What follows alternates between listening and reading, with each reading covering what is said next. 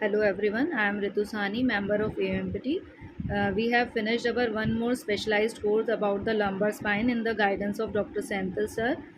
We have started our course with the physical examination, how we can differentiate between the dysfunction, either the articular, myofascial and neural.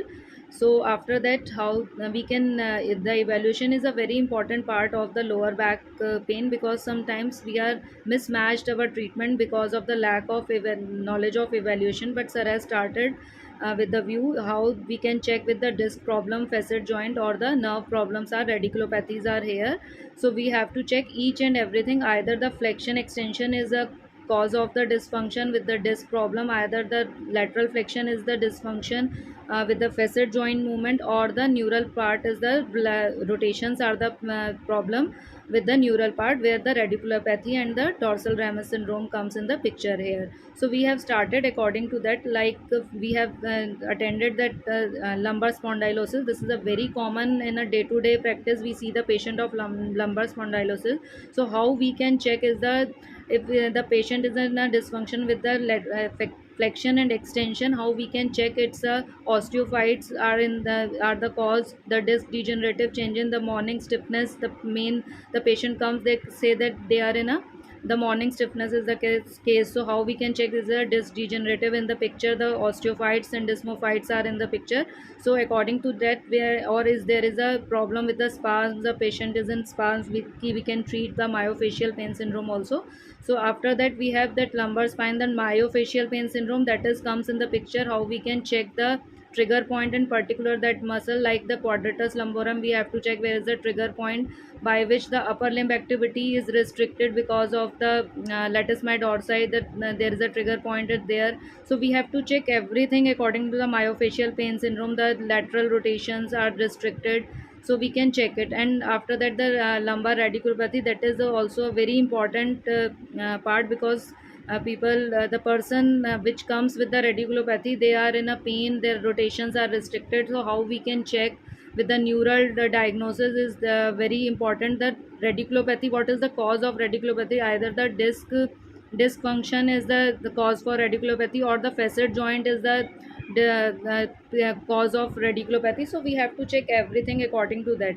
Then the facet joint dysfunction, sir has explained how we can check the flexion the dysfunction, the closed open flexion lock in a facet lock in a flexion position, and the closed lock in a extension position, how we can check with the movement of facet joint, either there that is the lock is open or closed according to the dysfunction. Then the lumbar disc prolapse, that is also a very important role here, because we have to match with the, we just see the MRI and X-rays and we evaluate, we start our treatment. But now the priority by the AMPT is that treat the patient, not the MRI, because we have to just check which function is restricting the patient, either for the flexion is restricted or the extension is restricted. We have to check the dysfunction of the patient. After that we can plan our treatment, is there is a need of traction is needed, or it's there is a compression and distraction test, we can check by that also. So everything we have to plan according to the patient centered approach, not the technique centered approach.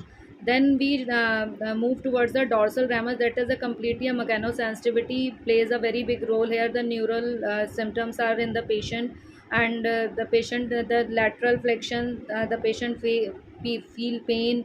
Then we have to check the dorsal ramus and the symptoms coming down to the limbs also. And if there is a bilateral pain is coming, we can check the stenosis here.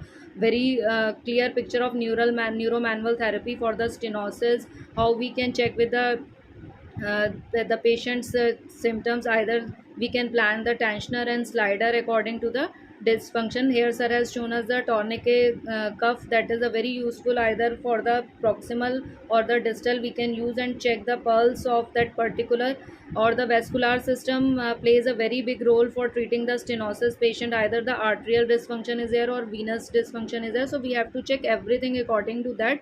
Then we can plan the movement for the, not only the, if the patient is having a symptoms in a supine, we have to give our treatment in supine. If there is a dysfunction in a sitting standing, according to that we plan our treatment, how we can check. And the main major role comes with all the activities, the core stability with the pelvic floor, with the gluteal region, we have to check everything. The stability is the first, we have to work on the stabilizer, then we will move towards the mobilizer. So it is a very important role for the motor control, because after that we can plan each dysfunction we can treat with the, because the core strengthening is very important for treating the lumbar spine.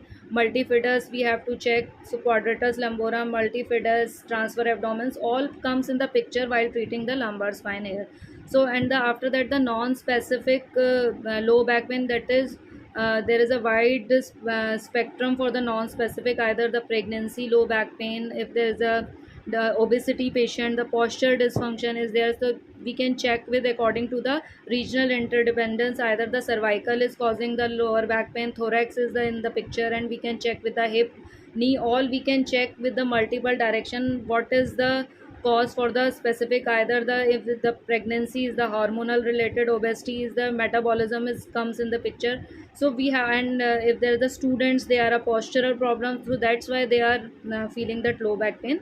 So according to all these dysfunctions, sir has explained in a very wide with the pathomechanics was base of all the session, and after that the practical demonstration on subject each and every condition, how we can use all the adjacent therapies. Also we can use the theraband, we can use the fascia gun here, we can use screw cupping, that is also very nicely explained by sir, and we can use the ISTM, and as well as we have to train the patient for eccentric and concentric training according to the spasm and tightness of the muscle. So it was a complete view of lumbar spine. It is a very important, first we have completed our cervical spine, then lumbar spine, and now we are going towards the pelvic dysfunction. That is also, as a female physiotherapist, I will say that pelvic dysfunction is very important to learn more and more about this topic, because of the gender female patient hide their symptoms, they are not easily explained what they are feeling. So we are now learning the pelvic dysfunction master classes, that is also going in a very good manner. So thank you so much, Dr. Senthil sir, you have given us a wonderful view of all the courses, either the cervical, lumbar and pelvis. Thank you so much everyone. Thank you sir.